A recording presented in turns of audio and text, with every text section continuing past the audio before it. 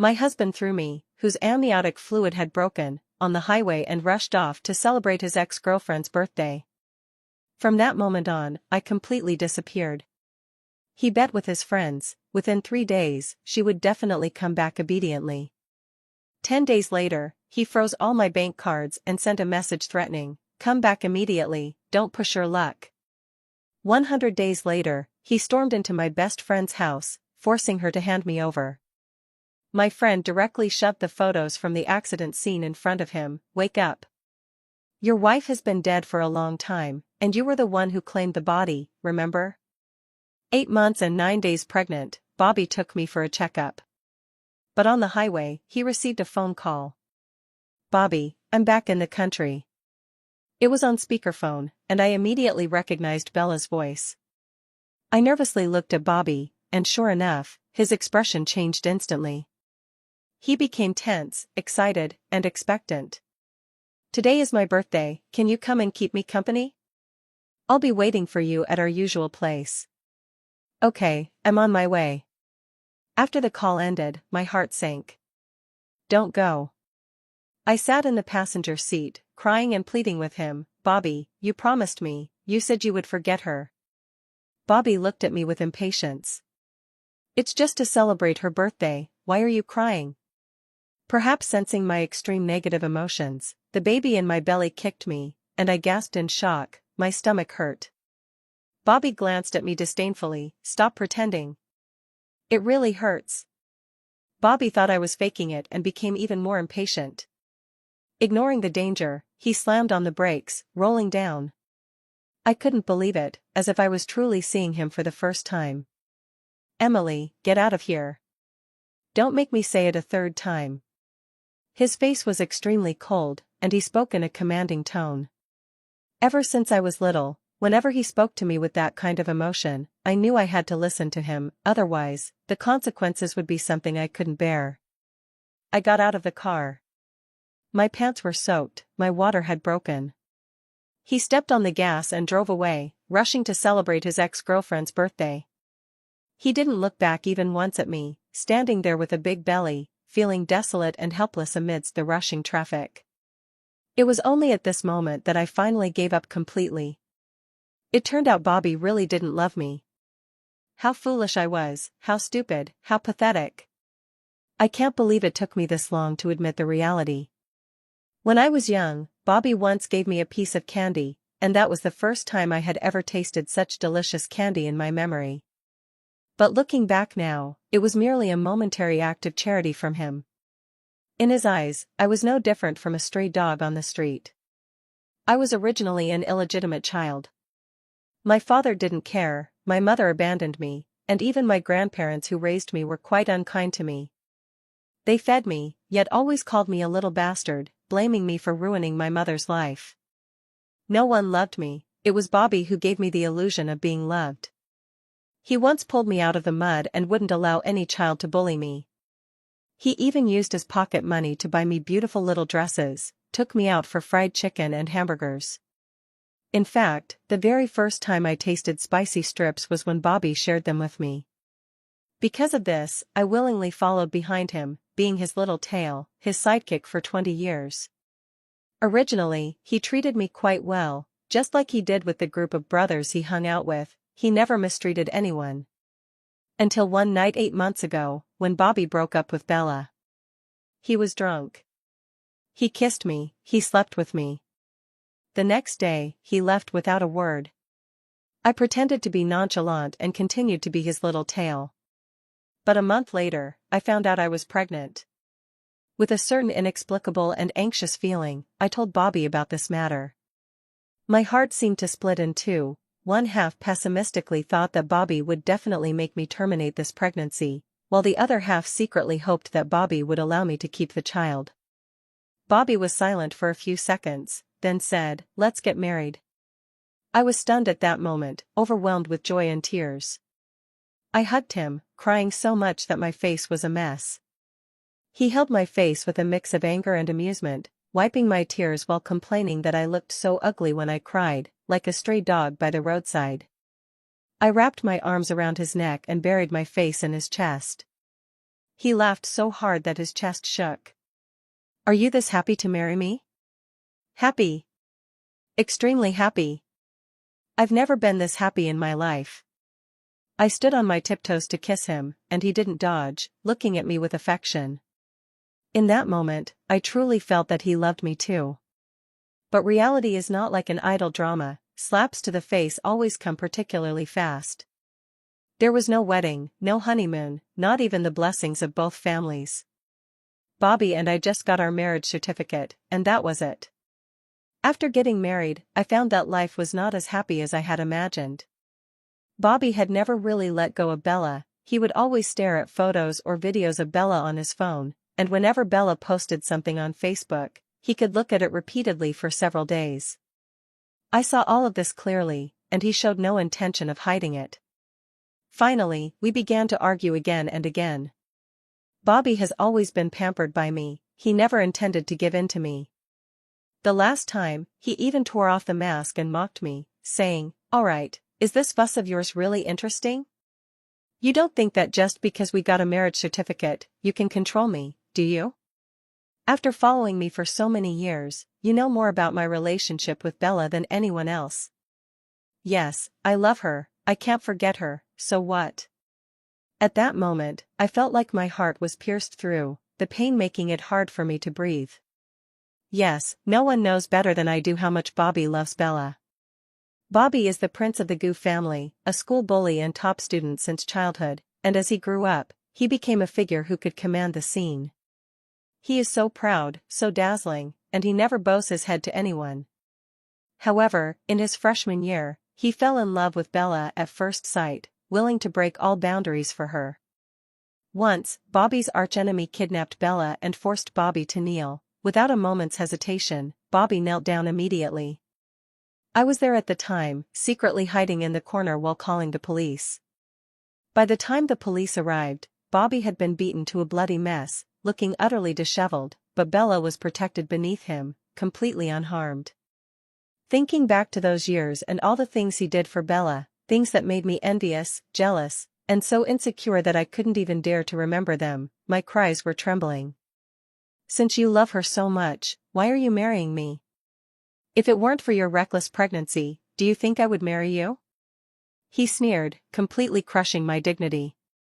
After saying this, he slammed the door and left.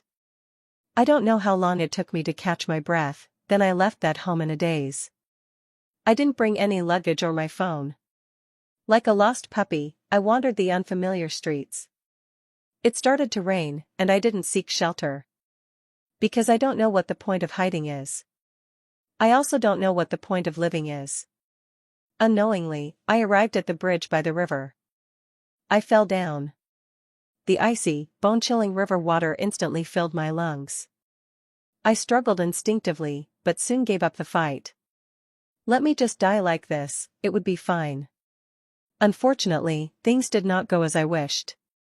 I didn't die. When I opened my eyes, Bobby was sitting by my hospital bed.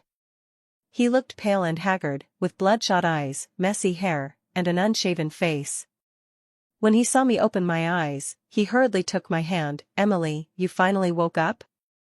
It was clear that he was genuinely happy at that moment, as if he had regained something he thought lost.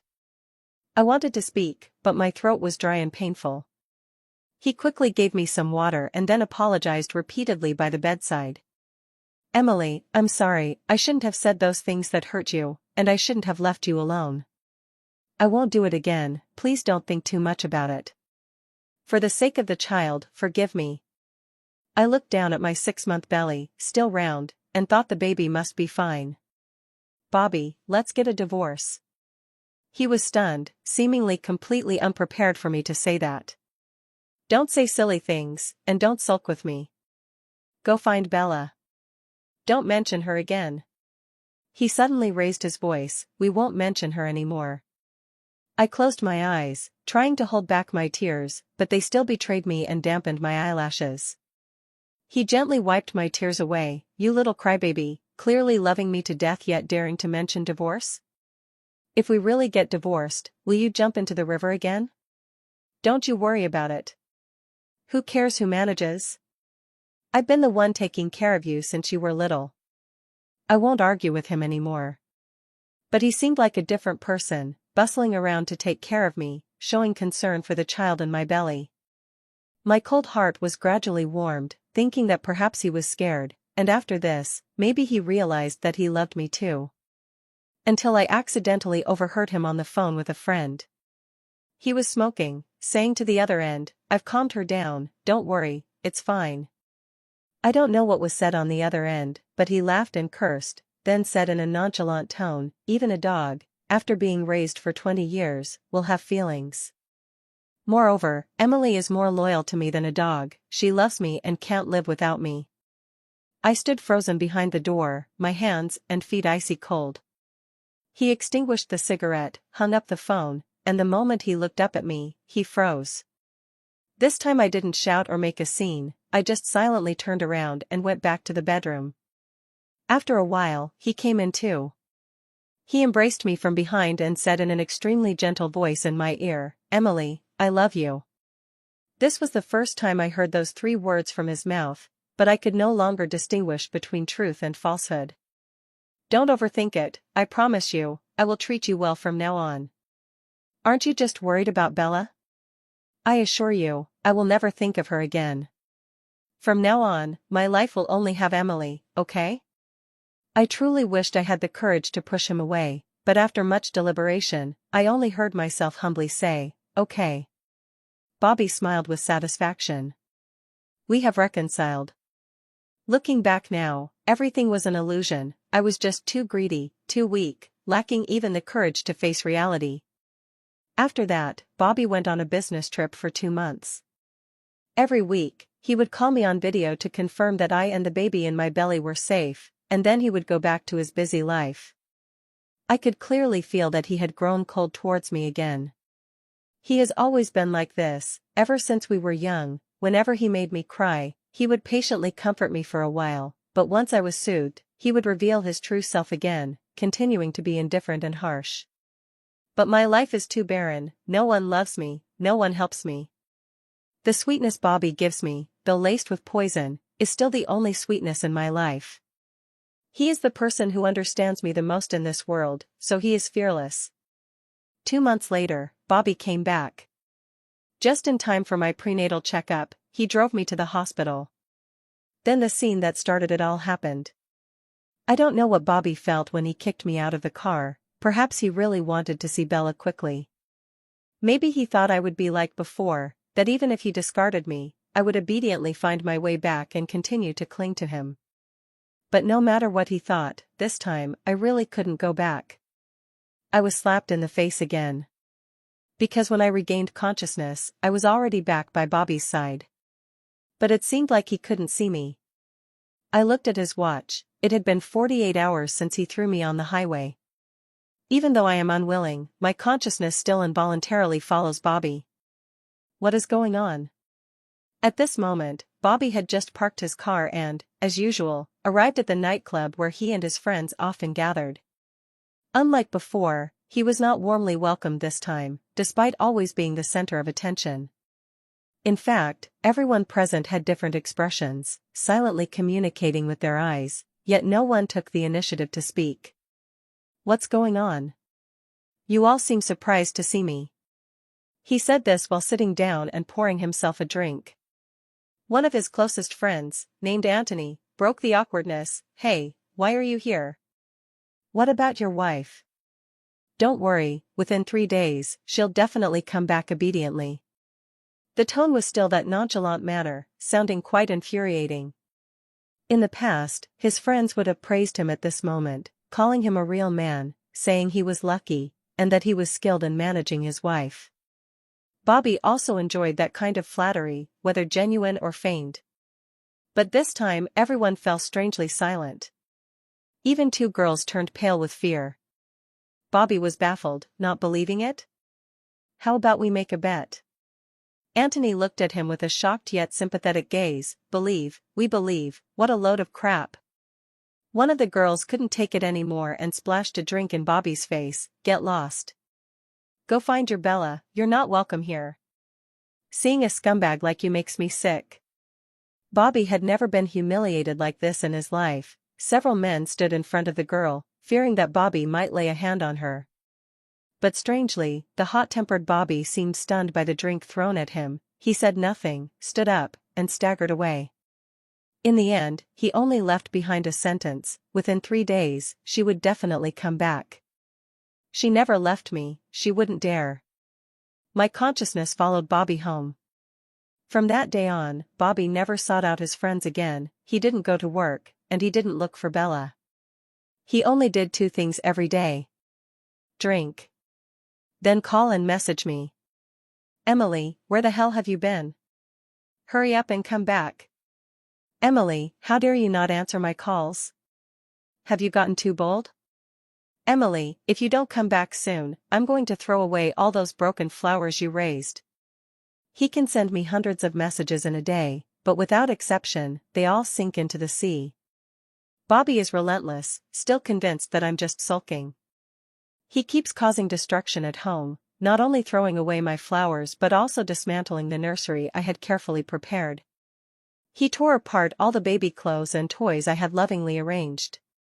With every item he destroys, he takes a photo and sends it to me, as if that would make me feel heartbroken and rush home. But it's useless. Even if he turns the house into ruins, I have never given him a single response. On the 10th day of my disappearance, he seemed to have come up with a new idea while drunk. He froze all my bank cards. Emily, if you want money, then come back to me. You're spending my money while out there fooling around. Is this how a wife should behave? But there was still no response. Until the 100th day of my disappearance, he suddenly became calm, and then went to find Bella. Bella seemed very happy to see him, but when she noticed his drunken state, she appeared to be quite distressed.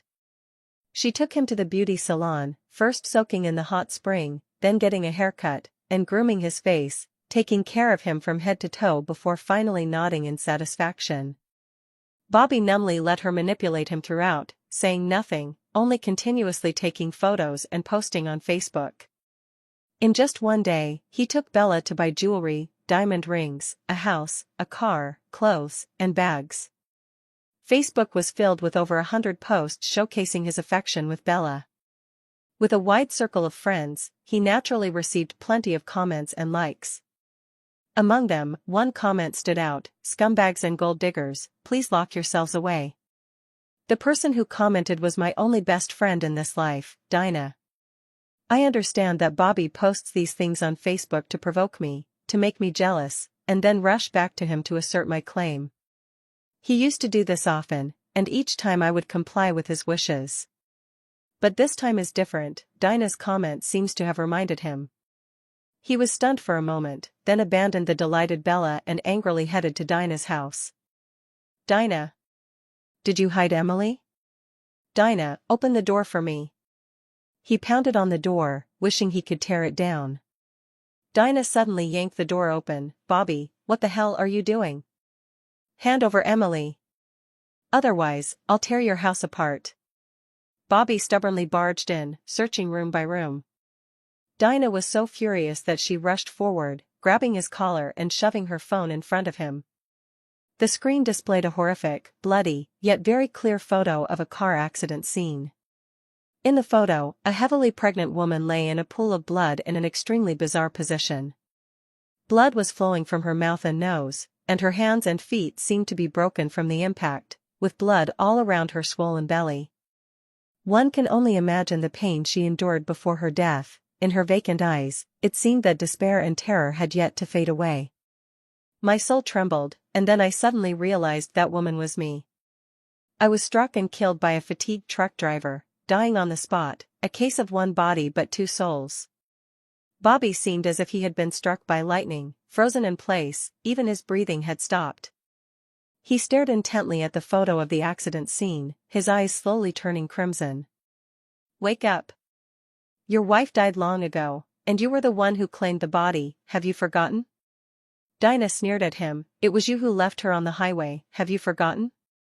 You were in a rush to celebrate Bella's birthday. You couldn't wait even a minute. Even when her water had broken and she was about to give birth, you still pushed her out." Bobby's hand gripping the phone trembled uncontrollably as he knelt on the ground. I didn't know her water had broken," she said. Her stomach hurt, but I thought. Dinah scoffed coldly, thinking you believed she was just playing tricks and throwing a tantrum. In your heart, she was nothing more than a dog you kept, and the child she carried was just a puppy. The lives of the two of them combined didn't even measure up to a single hair of Bella's. Shut up. It's not like that, it's not like that. Bobby slammed his fist hard against the ground, as if he could no longer bear it, and began to cry out loud. In all my life, it was the first time I saw Bobby cry. He seemed to shed all his armor, regressing to a childlike state. Dinah looked down at him from above. "Bobby, are you here to perform your heart-wrenching sorrow in my home?" "Sorry, but I don't want to be this audience." Bobby cried so hard that he lost himself, completely ignoring what Dinah was saying. Dinah simply took out her phone and posted a video of him kneeling on the ground, wailing loudly, to Facebook. And captioned it, "Annual Fun Person." Dinah, and Bobby have a lot of overlap on Facebook. Many people are quite clear about the matters between Bobby and me, as well as the cause of my death. Many who usually disapproved of Bobby began to leave comments and likes. Could this be what they call a wild donkey fart? Nonsense. Bobby is clearly grieving for a child who has died, only now realizing the loss. His child just died, about to be born, but was killed by the father's own hands, a death that took 2 lives. This scumbag should be sent for dissection to see if it's some kind of genetic mutation, otherwise, how could he commit such a heinous act?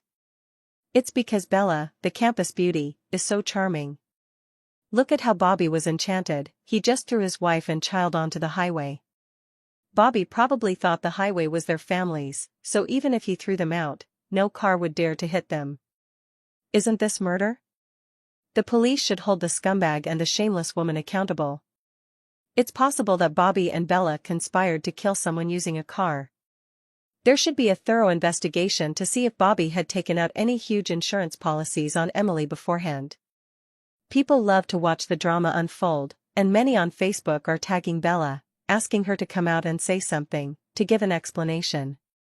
Bella comes from a middle-class family. Not only is she beautiful, but she's also smart. She has been pampered her whole life and has never been ridiculed by so many people at once. Of course, she couldn't accept it, but she was a smart person and wouldn't let herself fall into a self-incrimination trap.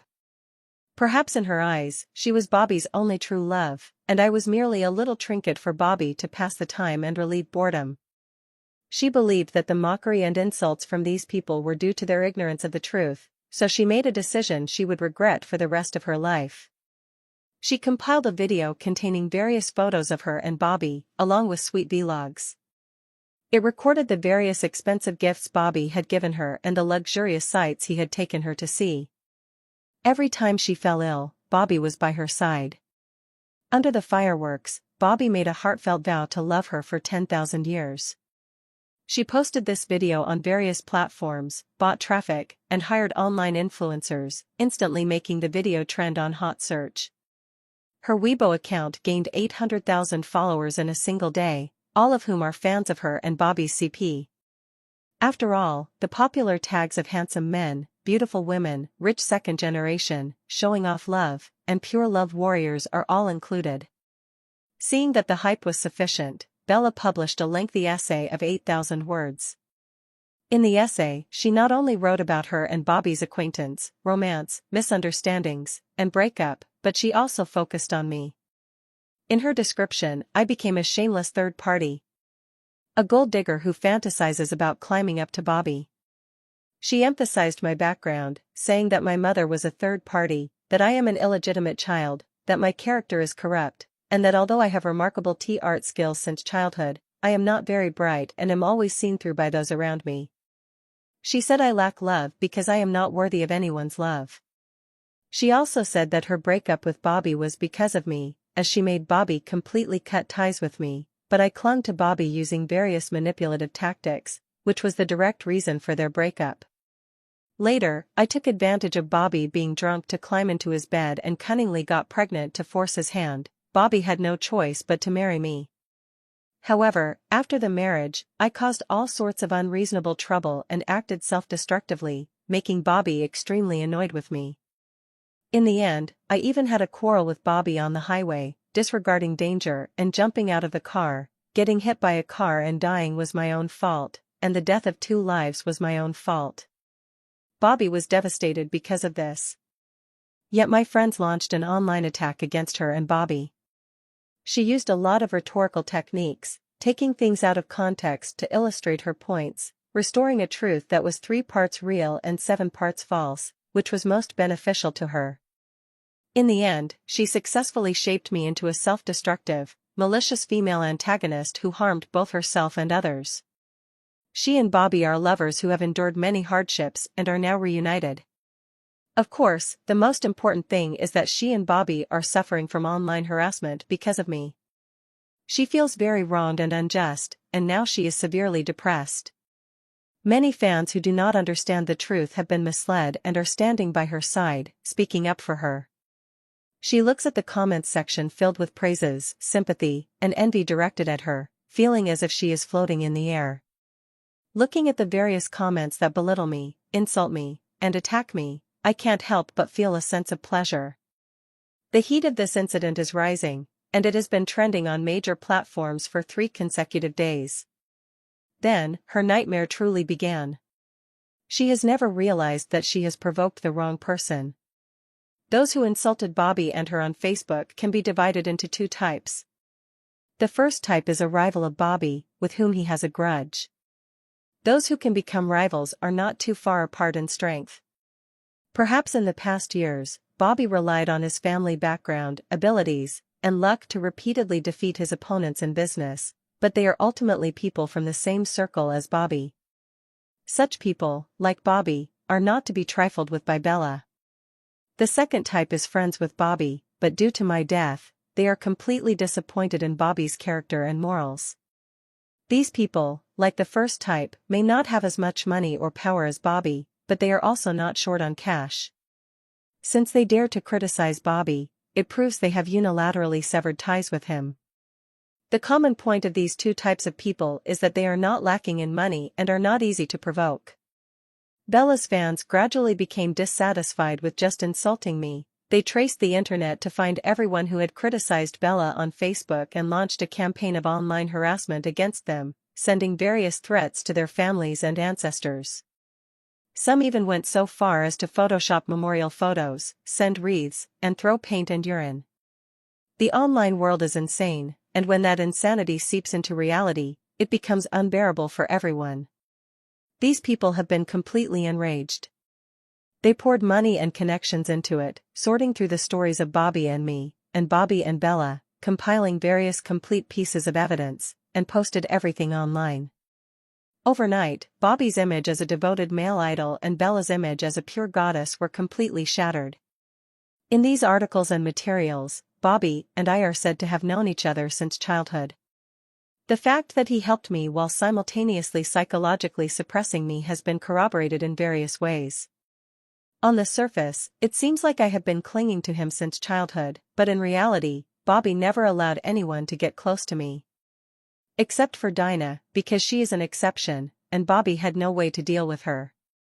From childhood to adulthood, I could only be his deskmate, only accompany him to eat and play. Whenever any other children approached me, regardless of gender or reason, they would be violently driven away by him. He constantly instilled in me the idea that only he would treat me well in the whole world. He kept telling me that no one loved me and that I didn't deserve to be loved by anyone, so I had to obediently stay by his side. No one else wanted me. In high school, my grades were excellent, while Bobby's were average. In order to ensure we attended the same university, he drugged my drink, causing me to have diarrhea on the day of the college entrance exam, which led to my poor performance. Of course, Bobby also gave up the option of studying abroad and stayed in the country to attend the same university as me. In fact, given his family background, what university he attended was not important. After all, he was destined to inherit the family business.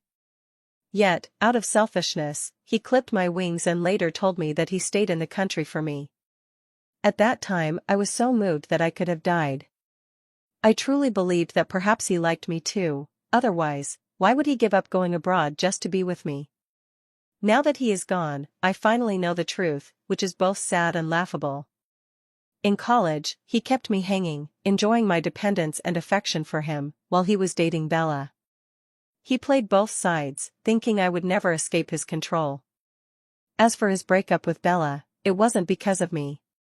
It was because Bella pressured him into marriage. He hesitated.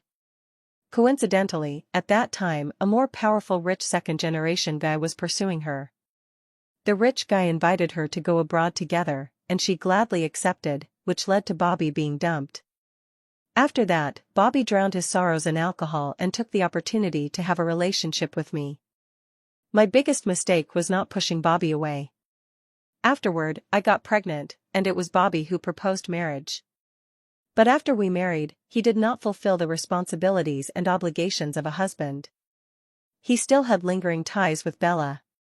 Bella was dumped abroad and then came back to find Bobby. To celebrate Bella's birthday, Bobby left his wife, whose water had broken, on the highway. While he was sweet-talking Bella, I was crushed to pieces by a truck. The article also included several horrific photos from the accident scene. The shocking nature of them made it nearly impossible for anyone who saw them to sleep. These articles were wildly shared because of Bella's previous popularity, combined with the money spent on buying traffic, leading to a complete reversal of the situation. Bella was on the verge of going insane. Once, she was as carefree as a bird, now, she was in unbearable pain. All those fans who once adored her have turned against her and started to cyberbully her. In addition, there are many bystanders who also join in the criticism. They not only insult her and curse her, but they also dug up every detail of Bella's life, from her childhood to every family member, every close friend, every boyfriend, and every romantic interest. People are imperfect. Beneath a seemingly perfect facade, there may lie unimaginable filth and despair. Originally, her parents were loving. But netizens dug up that she wasn't her father's biological child, she was the product of her mother's affair with an old lover. As a result, her parents divorced, and her mother ended up with nothing. For this, her mother slapped her more than 30 times, causing her eardrum to rupture. Most of her close friends were just as morally questionable as she was, various green tea bitches, each suffering from different degrees of online bullying. Some were dumped, some were fired, and even those who were about to pass the civil service exam found their hopes dashed because of Bella's involvement. As for the 17 ex-boyfriends she had dated, each one was a rich second-generation heir, and with their wealth came plenty of filth. Originally, no one knew, but now it was common knowledge. Even her distant relatives and childhood classmates were implicated. These people comprised Bella's entire social circle. They surrounded and cornered Bella, using every means to take revenge on her, turning Bella into a complete pariah. In utter helplessness, Bella sought out Bobby again. However, at that moment, Bobby had already been sent to a psychiatric hospital by the Gu family. Bobby's condition stemmed from his inability to accept my death. His symptoms included mental confusion and cognitive disarray. He forgot my death and forgot that he had signed the body claim form. Even when Dinah confronted him that day and shattered his delusions, it only brought him a brief moment of clarity. The next morning, he still searched for me everywhere. He drove back and forth on the highway, repeatedly going the wrong way. After the traffic police forcibly stopped him, he struggled to leave, insisting that his wife was still on the highway, that she was pregnant, and that her water had broken, and she was about to give birth.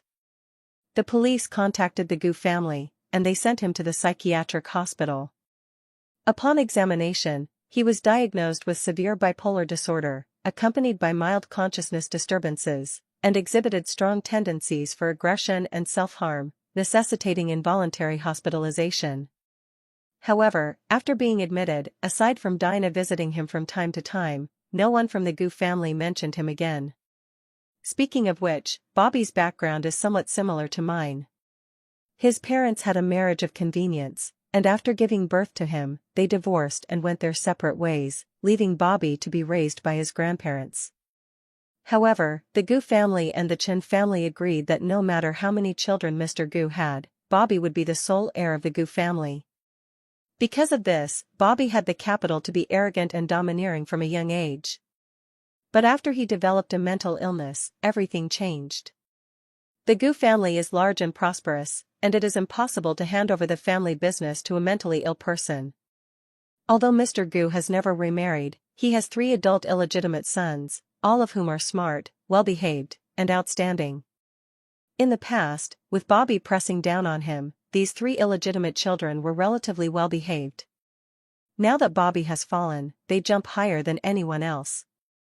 Dad Gu has never had any fatherly feelings for Bobby, everything has been a choice made purely from a perspective of.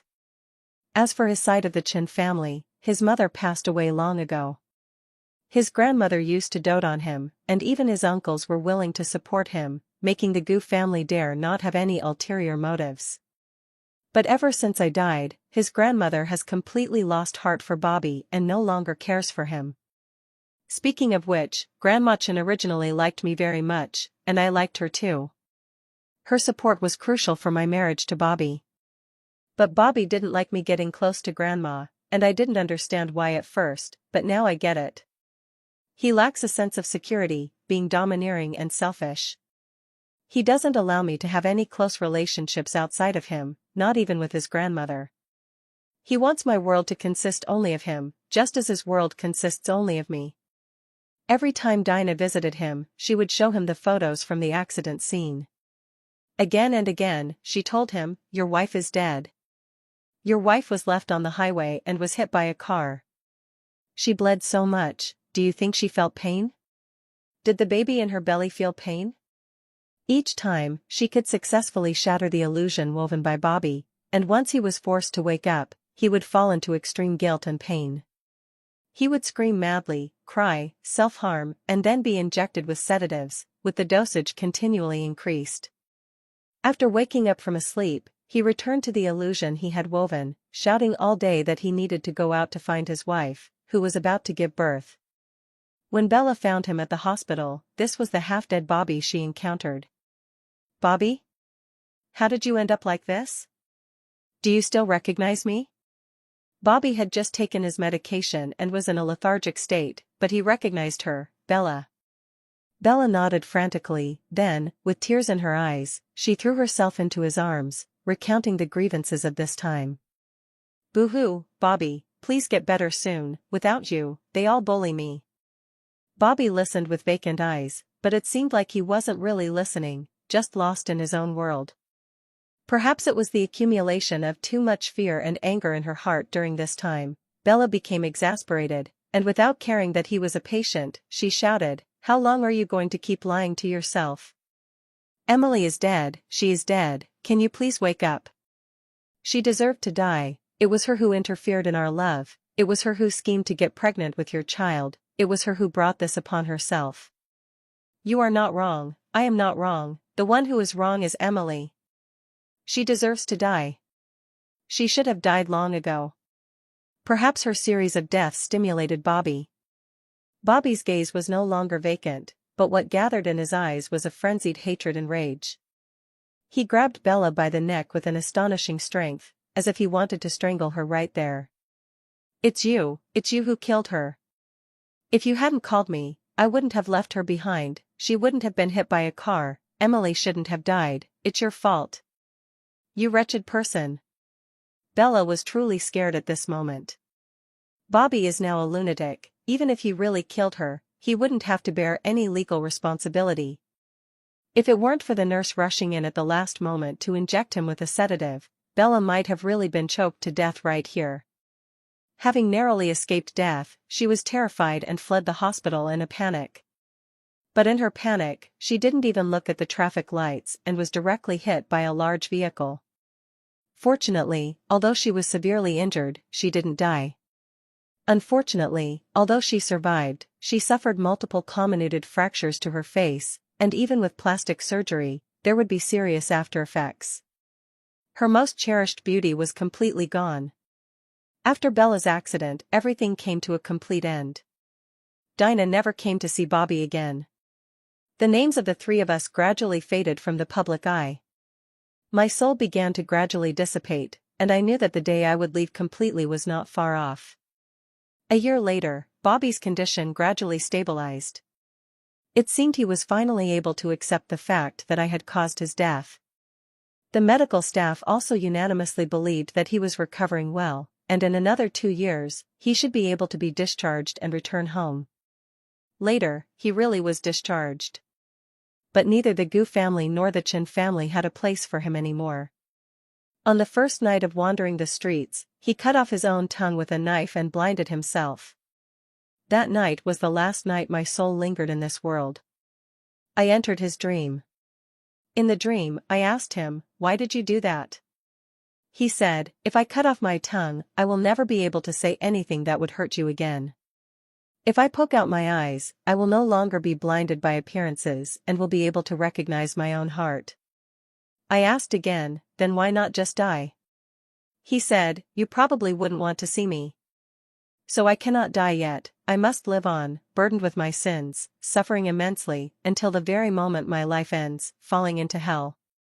I asked one last question, "Why did you do that in the first place? Why did you push me off the bus?" He said, "This is a question I have asked myself countless times. It is precisely because I cannot understand and cannot accept it that I have become increasingly insane. But one day, I finally understood, perhaps it was because of the evil deep within my heart. This evil contained my selfishness and inferiority. I needed to constantly trample on you and hurt you to confirm your love for me. I thought you would always endure me, that you would never leave me. But I was gravely mistaken." In the final moment before the dream dissipated, he said to me, "Emily, you should go. Never forgive me, and never encounter me again. If there is a next life, remember to love yourself well." As the dream ended, my soul completely vanished. Emily's perspective. When I opened my eyes again, I found myself back in the year I was 5. I encountered 6-year-old Bobby again. The difference was that when he offered me candy once more, I pushed him away. In this life, I no longer need anyone's pity or charity, nor will I beg for anyone's love. Because I know that, no matter what, there will be someone who loves me well, and that is myself. When my grandparents don't give me food, I go out to collect cardboard, pick up trash, and sell a little to buy food. When they want to hit me, I cry and run around, shouting to let all the neighbors know about their abusive behavior. But I won't let them touch a single hair on my head. When bad kids bully me, I fight back with all my might, biting and hitting until I completely scare them off, make them submit, and they call me big sister whenever they see me, then I command them to help me pick up trash.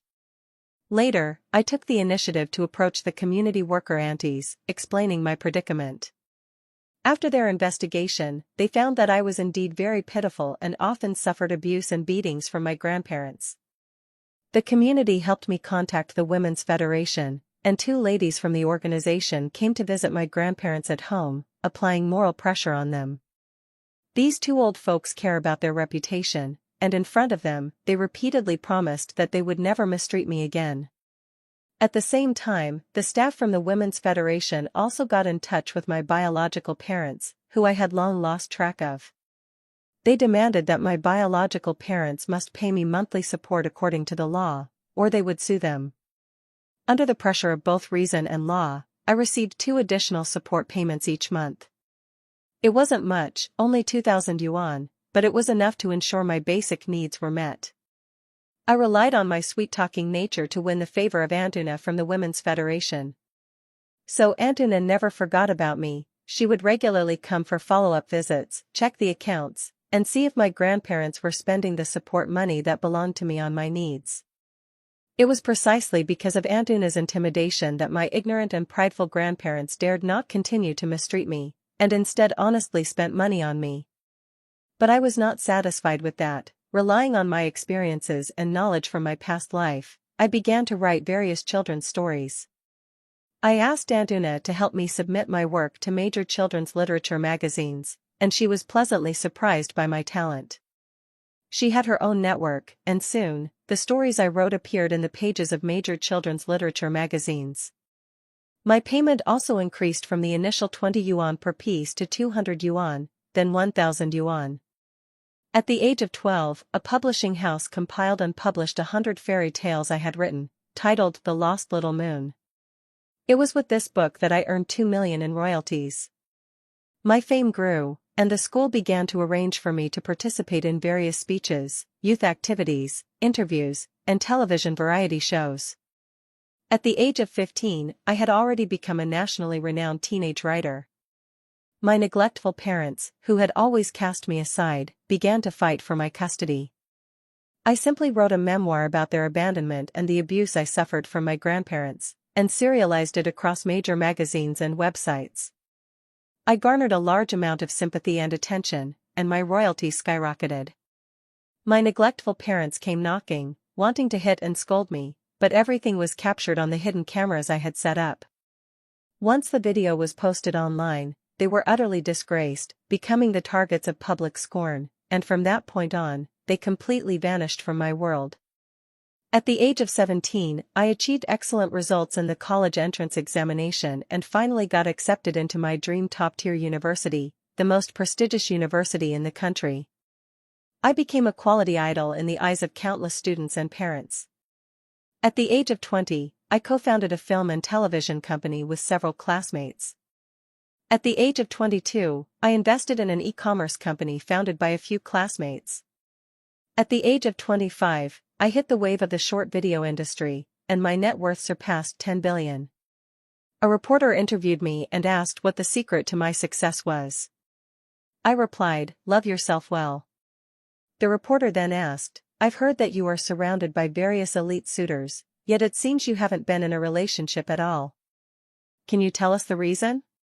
Perhaps it's just that fate hasn't arrived yet." Reporter: "So what is your ideal type like?" I smiled and said, "It should be someone like me." Ha ha ha.